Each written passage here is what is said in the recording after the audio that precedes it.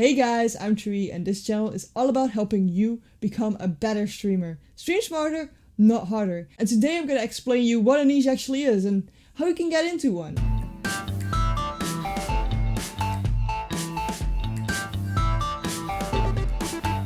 And before we begin, I stream every Tuesday, Friday and Sunday, 8 PM Central European Time on twitch.tv/Trui. We also have a Discord server. If you have any questions about streaming, feel free to join that server and ask your questions there. The links for both of them are underneath in the description. A lot of people have been talking about finding your own niche. And if you're not really familiar with marketing terms, you might not really understand what it is. I did some Googling for you. I have the exact answer of what a niche is. A small but profitable segment of a market suitable for focused attention by a marketeer. Market niches do not exist by themselves, but are created by identifying needs or wants that are not being addressed by competitors, and by offering products that satisfy them. Okay, this might be a bit much for you, so I will break it down a bit. When we're talking about this small but profitable market, it is a part of a bigger market. For example, the bigger market could be gaming. People that are interested in gaming is the bigger market. If you want to create a niche in here, what you do is you pick a small but profitable part of the gaming. So for example, I am into Nintendo stuff. And we picked the niche Nintendo games, which is a lot smaller than the big market of people that like to see games. But a lot of people like Nintendo games, so it's still a profitable market. There's still a lot of views in here that can come to your stream. If you make this part, this niche, this part of the market, of the bigger market, too small, for example, you say, we're only gonna stream Dark Souls 1. Our audience is gonna be the ones that only love Dark Souls 1. Not Dark Souls 2, not Dark Souls 3, but only 1. The first one. Then you have not that many people that would actually want to go to your stream and watch Dark Souls 1 forever. So by choosing the niche Dark Souls 1, you don't have enough people that want to come to your stream, and therefore your market is not profitable. So if you are in the problem that you chose a niche, a part of the market that is too small, what you can do then is expand your market. So what you can do then is also start playing Dark Souls 2, 3 and other kind of hard games that are kind of Dark Souls-ish. So those people most likely also like those kind of games. And then there's this part about that they don't exist, but you have to create them. There are some people that also stream Nintendo games, that's true. Some niches are already taken. You can still hop in this niche, that's fine. But if you come up with a new idea, a new fresh idea, then the chance of you owning, being the biggest one in this niche, and therefore can claim more people that come to your stream is bigger. So for example, if you come up with a new idea like cooking something while playing Dark Souls, then you're like, I don't know, I can't even finish Dark Souls, so that would be pretty insane if you can. But if you cook something while playing Dark Souls, you created a new niche. This is a new part, but nobody does yet. So this way you can create your own niche by combining things or just thinking of really new ideas, new fresh ideas. And then we have the part that says that the product needs to satisfy. This part basically means that if you make a stream in a niche, for example cooking with Dark Souls, you need to make sure that people actually like to watch it. If nobody feels that they should watch the stream, then it's not a good niche because it doesn't satisfy them. The product doesn't satisfy. And in this case, your stream is a product. It's kind of between a product and a service. In this case, we do a service because we answer in chat and we make them feel comfortable, which is a service. We also delivering a product because if they buy a subscription, our product is like, for example, the emails. We're combining being a product and being a service at once. And most of the things aren't strictly a product or strictly a service. So to recap, a niche is a narrowed down part of the market you're in, which is streaming. Gaming is already a niche of streaming, but it's too big to be an actual niche, so therefore you need to like tunnel it down. We talked about making your niche bigger because your audience is too small, but you can also narrow down your niche. If there are so many people streaming in the same niche, you might need to be unique from them. And to make your niche more special, you can add things. For example, if the niche Dark Souls with cooking would be too saturated. You can do Dark Souls with cooking outside.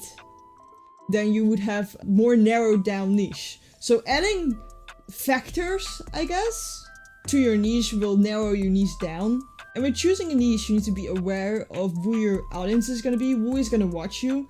We call this target audience in the marketing terms. If you want to find your target audience, what you do is marketing segmentation. So to describe your audience, you need to know how old they are, where they're from, what they like, what they do in their free time, all that kind of stuff. And there are 4 basic marketing segment strategies, which are basically to describe your audience. And the 4 are behavioral, demographic, psychographic, and geographical differences. And these words might sound intimidating at first, but if we take a closer look at them, they become pretty easy to understand. So geographical is where they're from. Which country are they from, maybe which city, but we probably want to talk about countries because we're international. What is their climate? What's their population? Like, are they living in a crowded area? Are they living in a warm area? What languages do they speak? That kind of stuff is geographical. Then we have demographical, which is basically just how old they are, what gender they are, what their income is, who their family is, what their occupation is, that kind of stuff. So like, more like personal stuff, I guess. And psychographical is like lifestyle. For example, a lot of gamers like to eat pizzas and chips. I love chips. And a lot of them drink energy drinks. So it's good to know this, because then you know if you want to search for a sponsor in this niche, you can say like, hey, my audience, my viewers are like this and they like this kind of stuff. But not only what they do, what they eat, but also what their values are. For example, if you stream under the LGBTQIA tab, then you don't want homophobic people in there, because you know you are for freedom picking who you love, and that's a value that your audience would like. This is just an example. You can have total different values for your audience.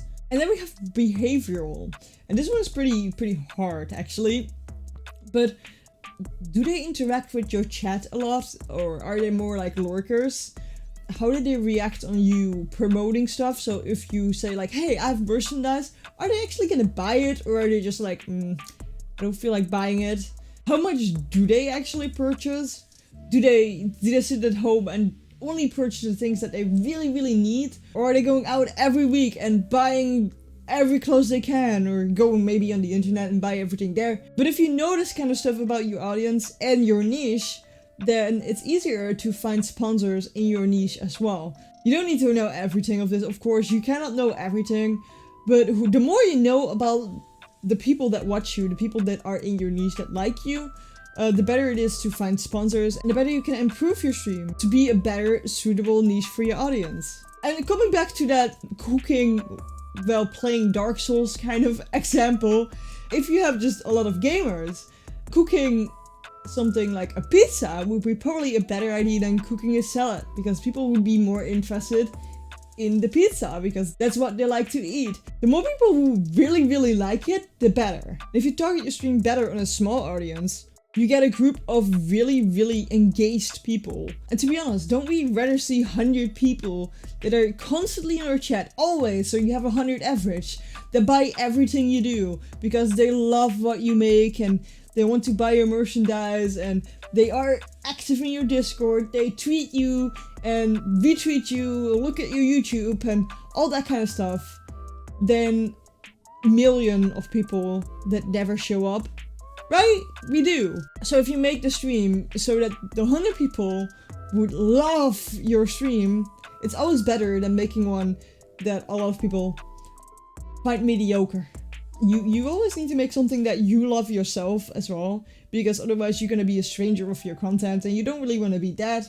But try and make something that you love, which niches down to a smaller group of people, so you have more chance to grow and you have more chance that people actually love your content. I know this video went a bit more in depth and it's maybe a little bit harder to follow than my other videos because this video brings more of the marketing aspect of streaming, but I think it's really important that as a streamer you understand a bit of marketing. You don't have to be like this marketing specialist. Just knowing the basic principles of marketing I think is really important for a streamer, especially if you want to ever make this your job. Marketing is a big aspect of being a content creator, so please don't underestimate learning a bit about marketing. If you have any questions, just leave them down in the comments below. If you enjoyed the video, if you think it was helpful, make sure to hit that like button, hit the subscribe button as well for me, and make sure to tick that bell icon for notifications if you want to see more streamer support videos so you can grow your channel.